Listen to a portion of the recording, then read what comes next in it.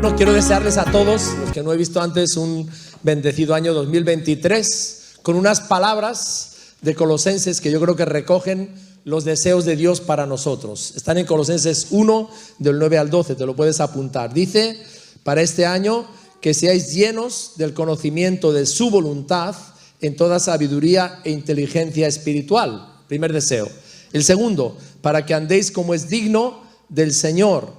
El tercero, agradándole en todo. El cuarto, llevando fruto en toda buena obra. El quinto, creciendo en el conocimiento de Dios. El sexto, fortalecidos con todo poder, conforme a la potencia de su gloria, para toda paciencia y longanimidad.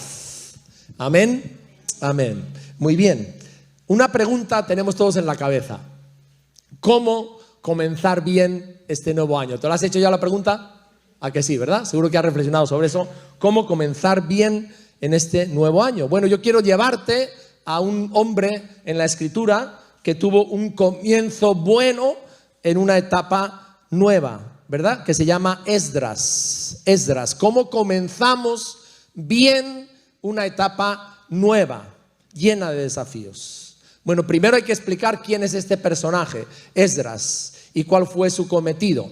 El libro de la Biblia que más nos habla de Esdras tiene el mismo nombre, es el libro de Esdras, ¿verdad? Es un libro histórico que está situado al lado de otro libro histórico también, que es el libro de Nehemías. De hecho, Esdras y Nehemías formaron un tándem, una pareja, en un momento determinado, donde Dios les usó a ambos para ministrar a su pueblo. Y fue en esa etapa, y nos vamos a situar ahí, en la etapa donde el pueblo de Dios, que había ido a Babilonia cautivo, empezó el regreso y el establecimiento en la tierra de Israel. Bueno, el libro de Esdras, de hecho, registra cómo Dios cumplió su promesa. Y para que podamos entender la enseñanza de hoy, quiero que me acompañes ahí, ¿verdad? Eso está en Jeremías. Dios había dado una promesa a su pueblo cuando fuera cautivo. Jeremías capítulo 29, un versículo que muchas veces repetimos y nos apropiamos de él, del 10 al 14. Dice, porque así dijo Jehová, cuando en Babilonia se cumplan los 70 años, yo os visitaré y despertaré sobre vosotros mi buena palabra para haceros volver a este lugar. Dios les dijo, vale, voy a disciplinaros, voy a tratar con vosotros por vuestra idolatría, pero al cabo de 70 años va a terminar ese proceso y os voy a traer de nuevo a esta tierra. Bien, dice, porque yo sé los pensamientos que tengo acerca de vosotros, dice Jehová, pensamientos de paz y no de mal, para daros el fin que esperáis. Entonces me invocaréis y vendréis y oraréis a mí y yo os oiré. Y me buscaréis y me hallaréis, porque me buscaréis de todo vuestro corazón. Y seré hallado por vosotros, dice Jehová, y haré volver vuestra cautividad, y os reuniré de todas las naciones, fíjate, y de todos los lugares a donde os arrojé, dice Jehová, y os haré volver al lugar de donde os hice llevar. ¿De acuerdo? Entonces Dios prometió y Dios cumple, y estamos ahí. Ahora, este regreso se produjo en 3 fases. Sígueme bien. La primera fase fueron 50.000 exiliados que regresaron, dirigidos por 2 líderes. Uno era Zorobabel, gobernador, y el otro era Josué, el sacerdote. Y vinieron para cumplir 2 objetivos. Uno, restaurar la ciudad de Jerusalén y reconstruir el templo. Pero todas las grandes empresas no son fáciles. Inmediatamente que empezaron a poner la primera piedra con gozo y con alegría, aparecieron los enemigos y dijeron, ¡alto! Quieto ahí. ¿Quién nos ha dado permiso para levantar esto? Y empezaron los problemas, ¿verdad? La obra del templo se detuvo, pero Dios mandó a 2 profetas, Ageo y Zacarías. 2 profetas que animaron al pueblo a seguir, a que la obra no estuviera parada, a colocar sus prioridades en orden, ¿verdad? Y a terminar la obra. Dice que el Espíritu Santo, mientras ellos ministraban, despertó el corazón del pueblo y la obra se terminó. La segunda fase del regreso fue con Esdras. Esdras dirigió el retorno de más de 17.000 hombres y mujeres de regreso a Jerusalén. Y él vino con 2 propósitos. El primero, restaurar la vida espiritual, y el segundo, restaurar la vida moral, que había sido muy afectada en estos 70 años. Y la tercera fase del regreso fue con Nehemías. Nehemías dirigió el regreso de un grupo importante con una finalidad, ¿te acuerdas? Nehemías, y era reconstruir los muros de Jerusalén. Estaban derribados y el llamado de él era reconstruir los muros, pero también organizar la vida del pueblo, el culto en el templo, etcétera, ¿verdad? Bajo los principios de la palabra. Bien, entonces los versículos que vamos a leer ahora tienen que ver con el inicio de esta segunda fase del retorno dirigida por Esdras. Y evidentemente, cuando tú empiezas una etapa nueva, tienes que afrontar diferentes retos y desafíos, ¿no? El primer reto que tenía Esdras era llevar al pueblo a un avivamiento de su culto a Dios. El pueblo, estando en Babilonia, se había llenado de apatía espiritual. Apatía. Tanto es que ni leían la Biblia, estaban apáticos, totalmente apáticos. Habían desplazado sus prioridades. El segundo reto de Esdras era hacerles volver otra vez al conocimiento y a la obediencia de la palabra. La idolatría de Babilonia les había alejado de su Dios. El tercero es llevarles a un arrepentimiento de su infidelidad a Dios. ¿Por qué? Porque habían empezado a hacer matrimonios con las mujeres de los lugares circundantes, ¿sí? Y eso había corrompido su vida moral, evidentemente. Y lo último era un tema económico. Bueno, salían de Babilonia, dejaban todo atrás y llegaban ahora a su país, sí, pero no tenían casa, no tenían tierras, no tenían nada, tenían que reestructurar otra vez su vida económica para poder salir adelante. Bien, ahora, ¿qué nos dice la Biblia en cuanto a la personalidad de Esdras? Te invito a que lo busques conmigo, Esdras capítulo 7, hay parte de los versículos, pasa por favor, que están en el PowerPoint. Esdras capítulo 7, versículo 6. Fijar lo que nos dice de este hombre, de Esdras. Dice, este Esdras subió de Babilonia, era escriba, dirigente en la ley de Moisés, que Jehová, Dios de Israel, había dado, y le concedió el rey todo lo que pidió, porque la mano de Jehová, su Dios, estaba con Esdras. Más abajo, en el versículo 10 dice, porque Esdras había preparado su corazón para inquirir la ley de Jehová y para cumplirla, y para enseñar en Israel sus estatutos y decretos. Un escriba es lo que hoy llamaríamos un maestro de la palabra. Era un hombre que había estudiado con profundidad la palabra de Dios y que amaba la palabra de Dios. Lo segundo, era un hombre que tenía favor de Dios. Dice que la mano poderosa de Dios estaba con él y le dio favor también con el rey Artajerjes. Lo tercero es que era un hombre no solamente que tenía mucha Biblia en la cabeza, sino que tenía un fuego aquí de amor por la palabra de Dios, ¿no? Era un hombre que estudiaba a fondo la Biblia, pero no para llenarse la cabeza, sino para cumplirla, para ponerla en práctica, ¿no? Y la otra habilidad que tenía Esdras es que era un hombre capaz de enseñar y de transmitir la palabra de Dios al pueblo. Ahora, fijaros, hermanos, estamos comenzando un año y al comenzar este año yo quiero describirte varios retos espirituales importantes que tenemos igual que Esdras. Déjame que te nombre algunos. El primero, yo diría, es vencer la apatía espiritual para vivir en una pasión. Lo hemos cantado, ¿verdad? Que ha acertado ese corito. Para vivir en una pasión por Jesús. Una vida que no esté centrada en emociones, sino en hábitos diarios, en compromiso y en prioridades para agradar a Jesús. Que no permitamos, hermanos, que lo urgente de todos los días reemplace a lo importante. El segundo reto espiritual que tenemos es vivir en este año amando, aprendiendo y obedeciendo la palabra. Eso es avivamiento. ¿Sabes cómo se da el avivamiento en la época de Esdras y Nehemías? Porque él, que vivía la palabra, comparte la palabra. Dice la palabra de Dios, y lees Nehemías, que estuvieron 7 días enteros sin hacer nada, escuchando la palabra de Dios. Y la palabra de Dios, la predicación de la palabra, la lectura, la meditación de la palabra es lo que trae avivamiento a nuestras vidas. Gloria al nombre de Jesús. El tercer reto, vivir separados del mundo, dando muerte a la vieja naturaleza de acuerdo a nuestra identidad espiritual. Hermano, hermana, donde estés, en el trabajo que estés, en la situación que estés, ¿verdad? Tú tienes una identidad, eres un hijo o una hija de Dios. Amén. Y ahí donde estamos tenemos que vivir como lo que somos. Santiago dice, someteos a Dios, resistid al diablo y él huirá de vosotros. El otro reto, mantenernos en unanimidad. y en viva comunión con nuestros hermanos. Es una bendición que podamos transmitir esto a hermanos nuestros que están enfermos y no pueden estar aquí hoy.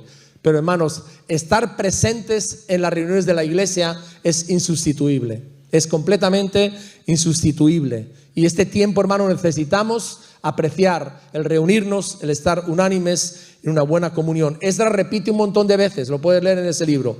Toda la congregación estaba unida como un solo hombre. Lo repite y lo repite y lo repite, ¿verdad? Otro reto importante, brillar por Jesús cada día predicando el evangelio con una visión de multiplicación y de crecimiento. Hermano, este año algo imprescindible en tu vida es que tú puedas discipular a otra persona.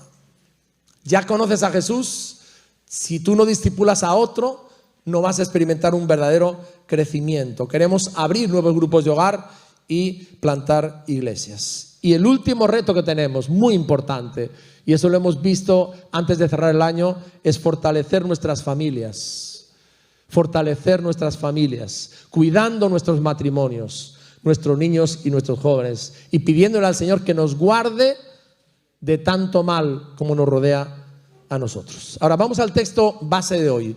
Esdras capítulo 8, versículo 21 al 23, lo tienes ahí en la pantalla también. Dice Esdras capítulo 8, versículo 21, y publiqué ayuno allí junto al río Ahava para afligirnos delante de nuestro Dios, para solicitar de él camino derecho para nosotros y para nuestros niños y para todos nuestros bienes. Porque tuve vergüenza de pedir al rey tropa y gente de a caballo que nos defendiesen del enemigo en el camino, porque habíamos hablado al rey diciendo: la mano de nuestro Dios es para bien sobre todos los que le buscan, mas su poder y su furor contra todos los que le abandonan. Fíjate el versículo 23, ayunamos pues y pedimos a nuestro Dios sobre esto, y él nos fue propicio, él nos contestó.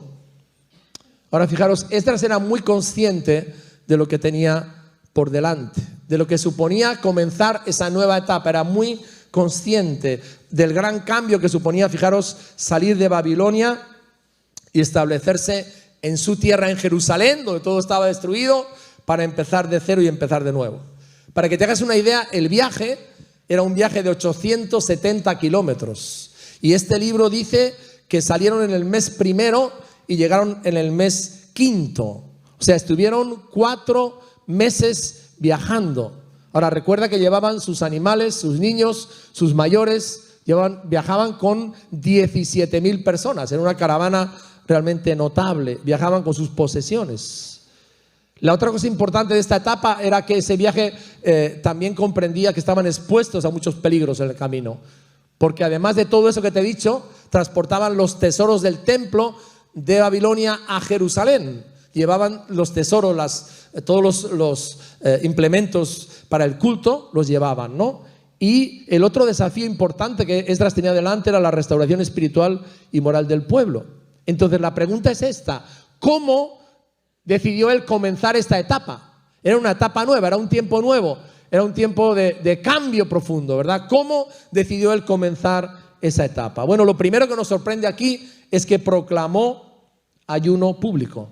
Allí junto al río Ahava, donde había 17.000 hombres, más las mujeres y los niños que no se contaban entonces, ¿verdad? Toda esa multitud decidió invitarles a hacer ayuno. ¿Qué es el ayuno? Bueno, el ayuno es una práctica bíblica, ¿no? Y la Biblia habla de que también los niños pueden ayunar, pueden privarse de chucherías. Se enseña en toda la Biblia, Jesús lo confirmó. Jesús dijo: cuando ayunéis, y consiste simplemente en privarnos de comida, de bebida, de todo tipo de distracción para buscar intensamente al Señor. El ayuno es una expresión clara de que estoy dispuesto a sacrificar lo que sea de lo material, de mis comodidades, para buscar a Dios y ver a Dios obrar en mi vida.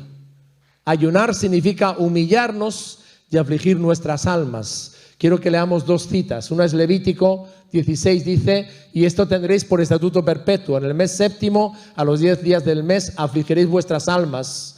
Es lo que significa el ayuno. Y ninguna obra haréis, ni el natural ni el extranjero que mora entre vosotros. Día de reposo es para vosotros y afligiréis vuestras almas, es estatuto perpetuo. Y los Salmos 35:13 dice: pero yo cuando ellos se enfermaron me vestí de cilicio, afligí con ayuno mi alma y mi oración se volvía en mi seno. El ayuno es una determinación a romper las fortalezas de nuestra carne y los apetitos. ¿Sabes que uno de los más potentes es la comida? ¿Verdad? Sí, uno de los apetitos más fuertes que tenemos es la comida. Y creo que en la iglesia de hoy, hermanos, si somos autocríticos, hemos descartado llorar delante del Señor. Hemos descartado afligir nuestra alma. Hemos descartado en nuestro ritmo de iglesia muchas veces tomar tiempo para buscar con intensidad al Señor para que Él se mueva a nuestro favor. Es más, es fácil para un pastor enseñar a la iglesia a alabar, a cantar y a aplaudir, pero te aseguro es mucho más difícil enseñar a la iglesia a orar y ayunar. Y de eso va esta predicación.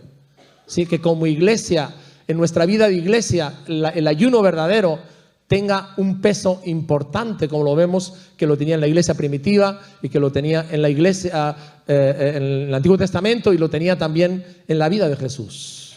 Lo tenía, ¿verdad? Es una parte de nuestra vida espiritual importante. Ahora, hagámonos otra pregunta práctica. Pasa a la siguiente. ¿Cuándo ayunaba el pueblo del Señor? En la Biblia, ¿qué encontramos acerca de esto? Bueno, ayunaba para manifestar su humildad, su quebrantamiento y su obediencia a Dios. Cuando ellos querían manifestar: Señor, quiero humillarme, quiero quebrantarme delante de ti, quiero obedecerte, ayunaban. En los momentos críticos, para buscar su gracia, su ayuda, su liberación, ayunaban. Cuando estaban pasando momentos de opresión, te voy a narrar uno, 1 Samuel capítulo 7. ¿Qué estaba pasando allí? Bueno, a causa del desastre de los hijos de Eli, dice que los filisteos se llevaron el arca, se la llevaron y les fue muy mal, ¿verdad? Porque de Dios no se ríe nadie, y la tuvieron que devolver, y llevaron el arca y la dejaron en Kiriat Jearim. La dejaron ahí, y dice el texto que estuvo abandonada el arca 20 años. Ahora, mientras estaba abandonada el arca, que era el símbolo de la presencia y la autoridad de Dios, ¿qué estaba pasando? Que los filisteos estaban oprimiendo al pueblo de Dios. Y llegó un momento donde se cansaron de estar oprimidos. Vinieron donde Samuel y le dijeron: Samuel, ¿qué hacemos para salir de esta opresión? Y Samuel les dijo: volveos a Dios en ayuno. Y el pueblo entero, queridos hermanos, el pueblo entero se puso en ayuno delante de Dios. Dice que derramaron agua, que es un símbolo de derramar su corazón. Y Dios le respondió mediante el trueno, y los filisteos fueron derrotados. Otro momento donde Israel ayunaba era en el día de la expiación. El día de la expiación era donde el pueblo pedía públicamente perdón a Dios por sus pecados. Y normalmente hacían un día entero como pueblo de ayuno. Otra ocasión como muestra de arrepentimiento verdadero. ¿Te acuerdas de Nínive? Dice la palabra que en el libro de Jonás, que Jonás por fin volvió a Nínive y empezó a proclamar lo que Dios le había dicho, ¿verdad? Si no os arrepentís, la ciudad será destruida. Y lo que nos dice la palabra es que Nínive experimentó un avivamiento. Era una de las ciudades más grandes de la época, porque el rey convocó a todos, animales, niños, habitantes, a todos, les dijo que les convocó al ayuno, ¿no? Arrepintámonos de todo corazón, ayunemos, clamemos a Dios, pidámosle perdón por si Él tiene todavía misericordia. Otro momento del ayuno. Otro momento importante es cuando enfrentaban peligros o enfermedades o la muerte. ¿Te acuerdas de Josafat? Viene un mensajero y dice: rey, una inmensa multitud de Moab y de Amón vienen en contra de ti. Y el rey reacciona y dice: bueno, no tengo soldados, no tengo ejército, no tengo medios, no tengo nada. ¿Qué voy a hacer? Y lo primero que hace Josafat es convocar a todo el pueblo a ayunar y a buscar al Señor. Pero otro momento del ayuno muy interesante que encontramos en Hechos 13 es cuando la iglesia se preparaba para el ministerio, ¿no? En Antioquía dice que tenían a Pablo y a Bernabé y estaban ministrando al Señor y ayunando, cuando de pronto el Espíritu Santo les dijo: empieza una etapa nueva, empieza un tiempo nuevo de ministerio, los viajes misioneros. Y en la oración y en el ayuno Dios les habló, Dios se manifestó, el Espíritu Santo les guió igualmente encontramos en Hechos cuando ordenaban ancianos, cuando pedían avivamiento. Y creo que necesitamos avivamiento. ¿Necesitamos avivamiento, hermanos? Necesitamos avivamiento. Daniel 9, ¿lo ves? ¿No? Daniel dice, bueno, tú has prometido, y él llega en ayuno, se mete delante del Señor, le dice, Señor, cúmplenos las promesas que nos has hecho. Luego, por tanto, en la vida del pueblo de Dios era algo regular, era algo normal tener tiempos de ayuno, tiempos de humillación, tiempos de arrepentimiento, tiempos de quebrantamiento, tiempos de búsqueda de Dios. Ahora, aquí no encontramos a Esdras, que pone a la gente a pasar hambre por capricho. Hay dos propósitos muy importantes en este ayuno que él hace allí con 17,000 hombres, sus mujeres y sus niños, ¿verdad? El primero es humillarnos delante de nuestro Dios. Es lo que dice él, ¿verdad? Humillémonos delante de nuestro Dios. Al comenzar esta etapa, al empezar este tiempo, lo nuevo que Dios va a hacer con nosotros, al hacernos volver, lo primero que tenemos que hacer es humillarnos delante de nuestro Dios. Y por dos razones, ¿verdad? Una, reconociendo nuestra condición espiritual. Hermanos, yo soy pecador y tú eres pecador. Yo le fallo a Dios. Yo le ofendo a Dios y te fallo a ti. Y necesito que Él me limpie. Necesito que Él me cambie cada día. Y un ayuno, hermanos, es expresarle a Dios, perdona que ya no vivo como tú me mandas, porque tú eres mi Señor y mi dueño. ¿Te acuerdas lo que dijo Jesús? El que me ama, guarde mis mandamientos. Y más abajo dijo, vosotros sois mis amigos si hacéis lo que yo os mando. Y tenemos que reconocer delante del Señor hoy que no hacemos todo lo que nos manda. Perdona, Señor, que no hago todo lo que sí sé que debería hacer. No lo hago, Señor. Perdona que como iglesia somos una pregunta a veces en vez de una respuesta para el País Vasco. Perdona que no somos sal y luz en medio de la oscuridad que nos rodea. Perdona que podamos ser oprobio a tu nombre en vez de ser una esposa radiante, victoriosa y santa. Humillarnos, hermanos, delante del Señor es reconocer nuestro pecado, pedirle perdón al Señor. Y reconocer otra cosa muy importante, que no podemos vivir sin el Señor, que tenemos que renunciar, hermanos, a la autosuficiencia, a nuestro orgullo, a nuestra soberbia, a nuestra independencia. Porque Jesús, ¿qué nos dijo, hermanos? Sin mí nada podéis hacer. ¿Y cuántas veces, hermanos, tratamos de hacer cosas sin el Señor? Por ejemplo, un día que no oras en todo el día. Si tú en todo el día no tienes unos minutos para ponerte de rodillas y orar al Señor, quiere decir que eres totalmente suficiente para hacerlo en tus fuerzas, porque no te has humillado delante de Él y has dicho, Señor, hoy no puedo hacer nada sin ti.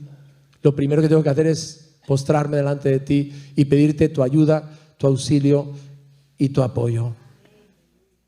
Es por gracia, hermanos. Fíjate una cosa, Esdras tenía 17,000 hombres, tenía el favor del rey, tenía el edicto del rey. Él era un hombre muy preparado, supremamente preparado. Y sin embargo, qué sorpresa, ¿verdad? Les dice, bueno, humanamente hablando, yo tengo todo lo que necesito para que esta empresa triunfe. Pero no, hermanos, si el Señor no obra aquí, no hay nada que hacer. Y ese es el punto del ayuno, hermano. De que quizás tú miras al año que ha comenzado y dices, no, ya tengo todo el puzzle bien puesto, todo el tablero de ajedrez, todas las piezas me encajan, tengo trabajo, me va bien, tengo economía, estoy contento, estoy bien. Entonces, bueno, adelante. Pero hermanos, necesitas del Señor, necesitamos del Señor. Y humillarse, ayunar significa, Señor, si tú no edificas tu casa, en vano trabajamos nosotros. Te necesito, Señor, te necesito, dependo totalmente de ti. Ahora, el segundo propósito del ayuno, fíjate, es solicitar camino seguro para nuestras familias. Mira, Esdras era muy consciente que el camino a Babilonia, ¿no?, de Babilonia a Jerusalén, era una ruta expuesta a ladrones y salteadores, que un grupo tan numeroso viajando en caravana era presa fácil de los malhechores. Ahora, la pregunta es esta: ¿quién le podía dar a él la verdadera protección y guardarles del mal? ¿Quién podía hacerlo? Bueno, el salmista contesta: alzaré mis ojos a los montes, ¿de dónde vendrá mi socorro? Mi socorro viene de Jehová, que hizo los cielos y la tierra. No dará tu pie al resbaladero, ni se dormirá el que te guarda. He aquí no se adormecerá ni dormirá el que guarda a Israel. Jehová es tu guardador, Jehová es tu sombra a tu mano derecha. El sol no te fatigará de día y la luna de noche. Amén. ¿De dónde viene el socorro? ¿De dónde viene la protección para nuestras vidas, hermanos? Viene del Señor. Y quiero que leamos otros dos salmos que deberían de ser muy conocidos para ti. El Salmo 91 dice: pues a sus ángeles mandará cerca de ti, que te guarden en todos tus caminos. En las manos te llevarán para que tu pie no tropiece en piedra. Sobre el león y el áspid pisarás, hollarás al cachorro del león y al dragón. Jehová es mi luz y mi salvación. ¿De quién temeré? Jehová es la fortaleza de mi vida. ¿De quién he de atemorizarme? Aunque un ejército acampe contra mí, no temerá mi corazón. Aunque contra mí se levante guerra, yo estaré confiado, porque Él me esconderá en su tabernáculo en el día del mal, me ocultará en lo reservado de su morada, sobre una roca me pondrá en alto. Y sigue, pasa a la siguiente, por favor. Ok, no, la anterior. Pues a sus ángeles, ¿no?, mandará cerca de ti, que te guarden en todos sus caminos. En sus manos te llevarán para que tu pie no tropiece en piedra. Sobre el león y el áspid pisarás, hollarás al cachorro del león y al dragón. Estos dos salmos, tres salmos, el 121, el 91 y el 27. Ahora fijaros, Esdras había ido a hablar con el rey.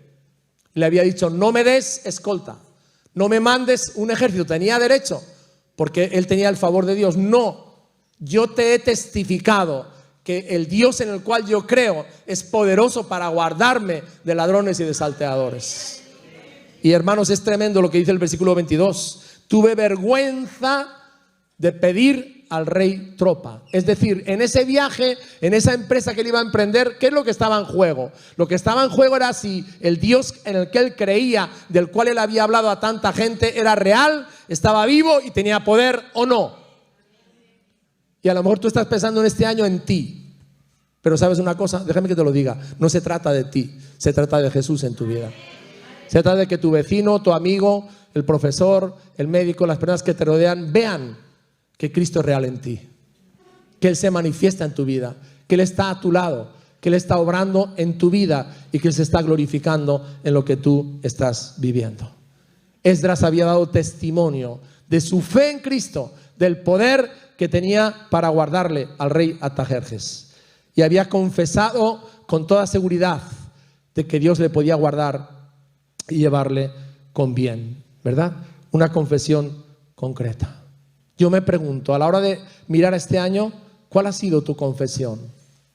¿Dudas, temores? ¿O realmente tú, como hemos cantado antes, crees que Jesús está contigo? Que Él es tu Señor, que Él es tu dueño, que Él te acompaña, que Él te protege y que Él tiene poder. La palabra dice: todo lo puedo en Cristo que me fortalece.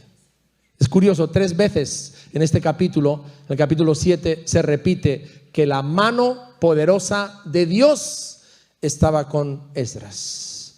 Ahora, yo no sé si somos conscientes todos nosotros de los tiempos que estamos viviendo. Los tiempos que estamos viviendo son tiempos de mucha maldad y de mucha perversidad en lo moral. Y el plan del enemigo, no lo dudes, y de muchos gobiernos, es sencillamente ir contra el diseño de Dios y destruir la familia. Ese es el plan del enemigo, ¿verdad? Evidentemente. Y quiero decirte que el matrimonio es un asunto espiritual, no es un asunto meramente emocional, ¿verdad? Entonces, como Esdras lo hizo, hoy necesitamos clamar al Señor y pedirle: danos camino seguro para nuestros matrimonios, nuestros niños y nuestros jóvenes. ¿Sabes por qué? Porque hay muchos ladrones y asaltantes que están acechándoles a nuestros hijos para destruirles a nuestros jóvenes. Y la familia es el único lugar, recuerda esto siempre, la familia es el único lugar donde la personalidad de un niño se forma para siempre. Es el único lugar, ¿verdad?, de protección. Es el único lugar donde se forja su personalidad profundamente. Y yo les invito en esta semana a ayunar, a interceder profundamente por nuestras familias, por aquellas que son mamás y papás, por las familias reconstruidas, por nuestros niños que están siendo bombardeados con mensajes que son mentirosos, ¿verdad? Y que van en contra del diseño de Dios con el propósito de crear confusión en su mente. Tenemos que orar por ellos, que el Señor les guarde en los colegios donde están, ¿no? Que les rodee con su gracia. Necesitamos, hermanos, el poder de Dios en nuestras familias. ¿Para qué? Para que Cristo sea lo primero en nuestro hogar. Segundo, para que vivamos en su palabra, que sea la palabra de Dios, bueno, la que gobierne nuestra vida familiar y las prioridades. Que podamos cada día como familia tener un devocional juntos, 5 minutos, 6 minutos, quizás, ¿verdad? Que podamos discipular a nuestros hijos, que lo determinemos, que podamos caminar como familia en la identidad y en la variedad que tenemos en Cristo, y que en medio de tanta confusión, hermanos, tengamos claro cuál es el diseño de Dios, porque nos están repitiendo tantas veces las mismas mentiras que ya, como pasó con Hitler, vamos a pensar que esas mentiras que nos repiten son la verdad. No, la verdad está en la palabra de Dios, hermanos. La verdad está en el diseño de Dios. La bendición de una familia y de un hogar está en obedecer la palabra de Dios.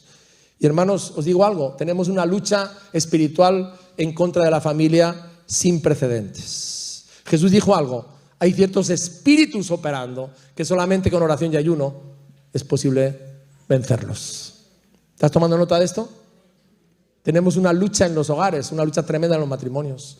Y es una lucha espiritual, no es algo emocional, es espiritual dentro de los matrimonios cristianos, de las familias cristianas. Ahora, hermanos, si nosotros no tomamos las armas que nos ha dado, el poder que tenemos en Cristo Jesús a través de la oración y del ayuno, hermanos, vamos a dejar que el enemigo nos arrebate el lugar que nos pertenece. Ese lugar nos pertenece a nosotros y le pertenece a nuestros hijos. El asunto en esta mañana es este: ¿estás tú dispuesto o dispuesta a pelear por él? Porque Cristo ya te lo dio. ¿Te acuerdas de los valientes de David? ¿Verdad? Ellos no se rendían. Ellos tomaban el lugar, tomaban el sitio y peleaban por él.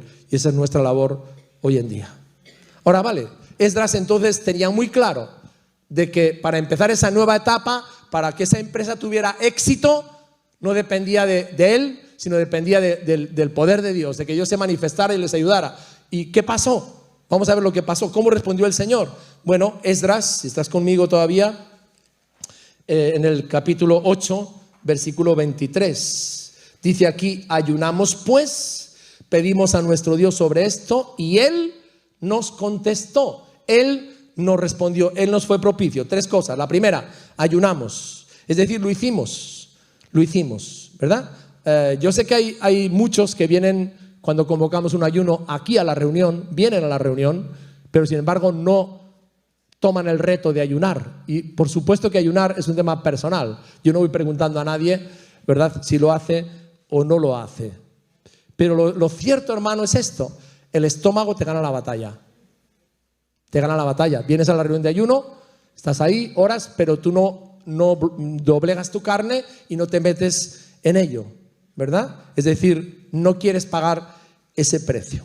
Ahora tú puedes decir, bueno, vaya pastor, ¿no?, que lo que hace nos manda a pasar hambre a la iglesia. Pues hermanos, lo puedes ver desde ese lado, pero para mí hay 2 cosas muy claras. Yo puedo, digamos, dejar que la iglesia se estanque, ¿verdad?, y que se quede ahí en esa tibieza espiritual, o la otra es, puedo, empezando por mi propia vida, meternos con Dios, doblegar nuestra alma, humillarnos, clamar, orar, vencer, avanzar y conquistar en el nombre de Jesús. Y esa es mi determinación, hermanos, por la responsabilidad que Dios nos ha dado, empezando por uno mismo. Hubo un gran evangelista en Estados Unidos, se llamó Charles Finney, y es un evangelista muy usado por Dios, porque el avivamiento que Dios trajo con él fue de una costa a la otra costa de los Estados Unidos. Dice en su libro que él ayunaba cada semana. Y haciendo una reflexión sobre el poder del ayuno en su vida, dice esto: cada vez que siento que la obra de Dios se detiene en mi vida, ahora yo no sé cuántos de vosotros habéis experimentado esto, que a veces la obra de Dios parece que se para. Entramos en un tiempo de desierto, de sequedad, de apatía, de frialdad, no hay lágrimas, no hay frescura, no hay pasión. ¿Y sabes cuál es la forma de revertir eso? El ayuno y la oración. El ayuno y la oración, ¿verdad? Y dice él, sigo leyendo lo que él dice: cada vez que yo paso 2 o 3 días dedicado al ayuno y la oración, el poder de Dios me restaura y aviva mi vida. Nunca me falló el ayuno. Ahora, viene la otra parte que quiero dejar muy clara. ¿Cuál es la motivación verdadera de hacer ayuno? Porque médicamente también te lo recomiendan. Los médicos dicen que es bueno para el estómago que un día a la semana le dejes descansar. O sea que médicamente, si ayunas, estás bien. Pero no estamos hablando de eso. No estamos hablando de ventajas de salud ni de medicina. ¿Cuáles son los motivos incorrectos para ayunar? El primer motivo incorrecto es querer retorcer el brazo de Dios para que te conteste a la oración según tu voluntad, porque Dios no se deja manipular. Entonces, ayunar para retorcer el brazo a Dios no funciona. La segunda motivación incorrecta, pasar por alto la obediencia. El ayuno nunca, hermano, sustituye a la obediencia. Si voy a ayunar para poderme casar con un no creyente, estoy ayunando mal, porque estoy yendo en contra de lo que Dios me dice que no haga. La tercera, no es una manera automática de conseguir un milagro. No es una manera automática de conseguir un milagro. Y la cuarta, escúchame bien, porque algunos cuando leen los libros de Gigi Ávila sacan una conclusión que no es correcta, ¿verdad? No te garantiza que acumules poderes especiales. ¿Vale? Entonces dejémoslo claro, ¿eh? No ayuno para acumular poderes especiales. Ahora, ayunar sí puede profundizar tu humildad y doblegar tu voluntad. Ayunar sí puede profundizar tu hambre y sed del Señor y darte un deseo nuevo al comenzar este año de conocerlo. Ayunar sí puede intensificar tu vida de oración. Ayunar sí puede solidificar tu compromiso con el Señor. Ayunar sí puede abrir tu mente a la palabra de Dios. De hecho, yo les digo algo, hermanos, y eso en mi vida ha sucedido una y otra vez en estos 45 años que llevo practicando el ayuno. Porque la persona que me discipuló me enseñó que era una práctica de un discípulo. El ayuno era una práctica regular de un discípulo. Él ayunaba mínimo 2 días a la semana, ¿verdad? Y nos enseñó cómo ayunar, lo que es el ayuno, el efecto que tiene, etcétera, ¿verdad? Y lo cierto es que en estos 45 años, si te puedo decir algo, cuando tú ayunas de corazón, tu sensibilidad espiritual aumenta muchísimo, ¿verdad? Tú puedes percibir y sentir y escuchar la voz de Dios de una forma mucho más real que a través, por lo que el ayuno ministra a tu espíritu. Y también otra cosa que hace el ayuno es avivar nuestro celo y nuestra pasión por vivir lleno del Espíritu Santo. Yo conozco muchas personas, el que te está hablando es uno de ellos, que han recibido el bautismo del Espíritu Santo cuando estaban en ayuno. Porque el ayuno te lleva a ese punto donde no te importa sacrificar lo que sea para recibir las bendiciones de Dios, ¿verdad? Y entregarte a buscarle de todo corazón. Ahora, ayunaron, no lo dijeron, no, ayunaron, lo hicieron. Lo segundo, clamaron al Señor. Jeremías 33:3 que dice, clama a mí y yo te responderé y te mostraré cosas grandes y ocultas que tú no conoces. Esta palabra parece que se nos ha ido del diccionario. La palabra arrepentimiento y la palabra clamor parece que se nos ha ido. Ahora, hay una diferencia notable entre clamar y orar. Orar es hablar con Dios, estar con Él. Clamar es otra cosa. Te voy a poner 3 ejemplos para que lo entiendas. ¿Qué es clamar? Bueno, si se incendia un edificio y una persona queda en el último piso y no tiene escalera para bajar, no tiene ningún medio, ¿verdad? ¿Qué hace en ese momento? Lo único que puede hacer, ¿qué es? Una sola cosa, clamar, auxilio, ¿no? Ayuda, que alguien ponga una escalera y vayan a recogerlo. Otro ejemplo es cuando una persona tiene un accidente de tráfico y queda apresada entre un amasijo de hierros. No puede hacer absolutamente nada para salir, lo único que puede hacer es clamar, auxilio para que vengan con un soplete y le quiten todos los impedimentos y lo rescaten. Y clamar es lo que hace un náufrago en medio del mar. No tiene otra opción sino pedir ayuda y pedir auxilio. Ahora, en ninguno de los 3 casos la persona por su propia fuerza puede remediar esa situación. Necesita una persona más poderosa que él o que ella que le saque de ahí. Y hermanos, esa es nuestra situación en la vida espiritual. Necesitamos que el Señor Todopoderoso intervenga. Enfrentamos muchas situaciones que son situaciones sobrenaturales, que en la fuerza nuestra, en la fuerza natural, ¿verdad?, no se pueden solventar. Y quiero que leamos una de ellas, que para mí es un modelo de lo que es clamar, en el libro de los Hechos, capítulo 4, versículo 24. Aquí vemos a la iglesia naciente que está haciendo lo que el maestro le había mandado, predicar el evangelio, pero está en una ciudad muy difícil. Jerusalén era una ciudad muy difícil, muy complicada, ¿verdad? Todo lo que era la directiva religiosa, los escribas y fariseos no querían que ellos predicaran el evangelio, y de hecho fueron encarcelados por hacerlo. Capítulo 4, versículo 24. Fijaros lo que deciden hacer en esa situación de tanto impedimento. En Hechos capítulo 4, vamos a ver, versículo 24, leemos ahí, dice aquí: y ellos, habiendo oído la oposición, les habían prohibido que hablaran de Cristo, alzaron unánimes la voz a Dios y dijeron, fíjate lo que dicen: soberano Señor. O sea, tú eres el dueño absoluto, el que más manda en el universo. Tú eres el Dios que hiciste el cielo y la tierra, el mar y todo lo que en ellos hay.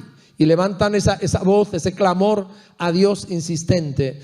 Y dice el versículo 29: y ahora, Señor, mira sus amenazas y concede a tus siervos que con todo denuedo hablen tu palabra, mientras extiendes tu mano para que se hagan sanidades y señales y prodigios mediante el nombre de tu santo Hijo Jesús. Cuando hubieron orado, el lugar en que estaban congregados tembló y todos fueron llenos del Espíritu Santo y hablaban con denuedo la palabra de Dios. O sea, ellos sabían que si no había una intervención sobrenatural del Dios Todopoderoso en su situación, no iba a pasar absolutamente nada.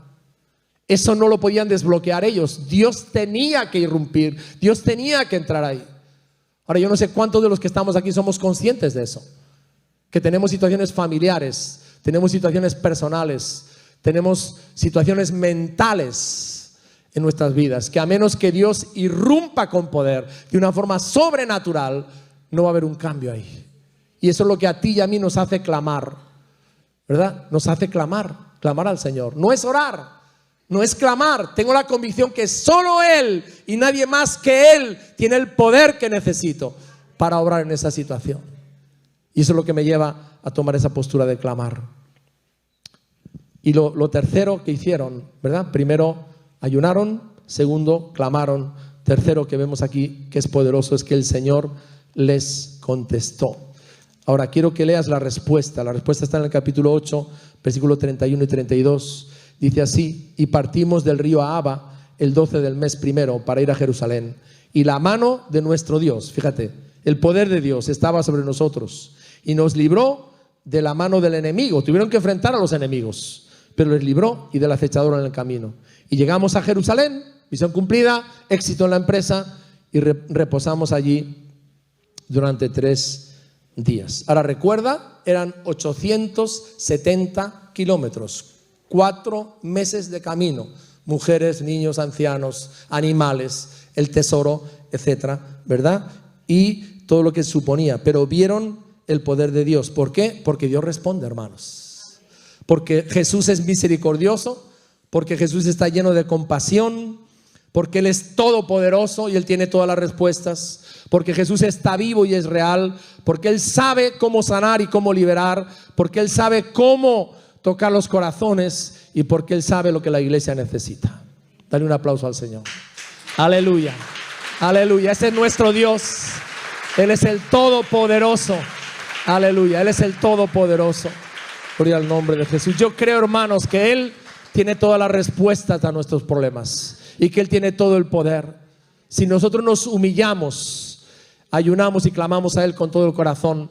Fijaros lo que dice Joel cuando habla del ayuno. Joel está hablando del ayuno en el capítulo 2. Es un texto que creo que conocemos bien la mayoría, ¿verdad? Y en el capítulo 2, versículo 18 dice: y Jehová, solícito por su tierra, perdonará a su pueblo. Y termina el párrafo y dice: y conoceréis que en medio de Israel estoy yo, y que yo soy Jehová vuestro Dios y no hay otro, y mi pueblo nunca jamás será avergonzado. Aleluya. Mañana, Dios mediante, lunes 9 de enero, comenzamos esta experiencia de meternos a buscar a Dios, de dejar muchas otras cosas: la comida, el internet, la tablet, el Facebook, el Instagram y otras tantas distracciones. ¿Por qué? Porque queremos empezar este año diciéndole: Señor, yo quiero ir en serio contigo. Ahora, yo te quiero preguntarte algo. ¿Eres consciente de los grandes desafíos espirituales que tenemos como individuos, como familias y como iglesia? Yo creo, hermanos, que necesitamos desesperadamente la intervención de Dios. Esa es mi convicción como pastor. Necesitamos desesperadamente ver a Dios intervenir y obrar. Y yo quiero invitarte a que tengas una actitud radical, ¿verdad? Que puedas romper con la comida, si es muy fuerte para ti, y por una semana tener una experiencia que quizás nunca la has tenido. A lo mejor aquí hay personas que nunca han ayunado, nunca se han metido con Dios a ese nivel, ¿verdad? Simplemente te conformas, vienes a las reuniones, estás en el grupo de hogar. Te estoy invitando a otra cosa diferente, algo distinto, ¿verdad? A ser una persona radical y valiente en cuanto a las cosas de Dios. Y que cuando tú ves esas montañas que se tienen que mover en tu vida, en tu familia, personas que estáis aquí, que estáis con deudas tremendas, que os están quitando el sueño, que todo eso sea cancelado en el nombre del Señor, que todo eso sea roto. Situaciones familiares donde vosotros y vosotras sabéis que habéis sufrido, habéis llorado, habéis estado sin dormir, pero realmente lo que hace falta ahí es que Dios intervenga, que Dios se manifieste, que Dios toque esa situación de una forma milagrosa y sobrenatural. Yo quiero decirte algo, Dios es el mismo, Él no ha cambiado. El poder de Dios, la mano de Dios sigue obrando en nuestras vidas, sigue obrando en las familias, sigue obrando en nuestros hijos, lo sigue haciendo. El asunto es si nosotros seguimos convencidos de que buscar a Dios intensamente, humillarnos delante de Él, ¿verdad? Es algo que merece la pena hacer y que debemos hacer. No sé si has oído hablar de un evangelista que se llamaba Moody, ¿verdad? Bueno, pues Moody estaba en ayuno porque estaba en una campaña y dando un paseo hacia la campaña pasó por una pastelería. Estaba en ayuno. Empezó a mirar el escaparate y te puedes imaginar que se le hacía la boca agua. Y entonces el estómago le dijo: entra y come, que tengo mucha hambre. Enseguida Moody le contestó: porque me estás causando problemas y estás intentando que rompa mi compromiso con el Señor, te voy a hacer pasar hambre 2 días más. Así le hablaba Moody al estómago, ¿no? Toma, ahora 2 días más de ayuno. Pero dice Moody, el estómago cerró el pico después de oírme estas palabras. Esta semana, hermanos, es un llamado del Señor. Creo que este llamado es del Señor. No creo que es algo mío. Creo que es un llamado del Señor, ¿verdad? Y yo quiero simplemente que tú te pongas delante del Señor, que mires al Señor y lo que Él quiere para tu vida. ¿Sabes algo? El otro día, el jueves, que es el día que oramos con un grupo de alabanza, estaba pensando en mandarles algo al grupo de alabanza. Y claro, como hay tantas cosas ya, yo digo, ¿qué les mando? ¿Qué les mando? No sé si ese texto, ese corito lo tenemos. Hay un viejo himno, los que son ya un poquito mayores como yo se acordarán, ¿verdad? Que dice, el título dice esto: más de Jesús. Y dice, más de Jesús deseo tener, más de su gloria y de su poder, más de su gracia. Y luego dice el estribillo: más quiero amarle, más quiero honrarle, más de su salvación gozar, más de su dulce amor gustar.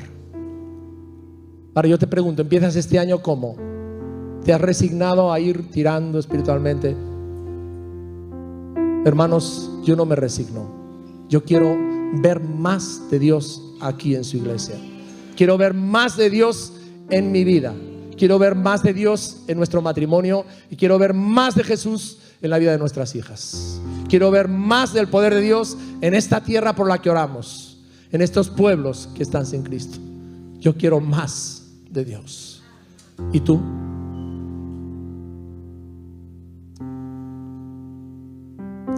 Y saben una cosa, estoy completamente convencido de que Dios tiene mucho más para nosotros, pero mucho más. El asunto, hermanos, es esta iglesia.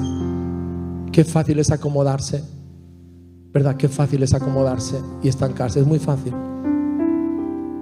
Pero hermanos, la salvación es gratis, la gloria de Dios tiene un precio. Y a mí me gustaría que en esta mañana hiciéramos algo porque hay gestos externos que nos ayudan a comunicar lo interno de nuestro corazón. Voy a pedir a uno de los sugieres que me busque las almohadillas, por favor, ahí atrás. Y es invitarte a salir aquí al altar y a ponernos de rodillas delante del Señor y decir: Señor, dos cosas. Una, quiero ir en serio contigo en este año. Quiero comprometerme más contigo. Quiero entregarte todas las áreas de mi vida, Señor. Y quiero buscarte. Quiero buscarte de todo corazón.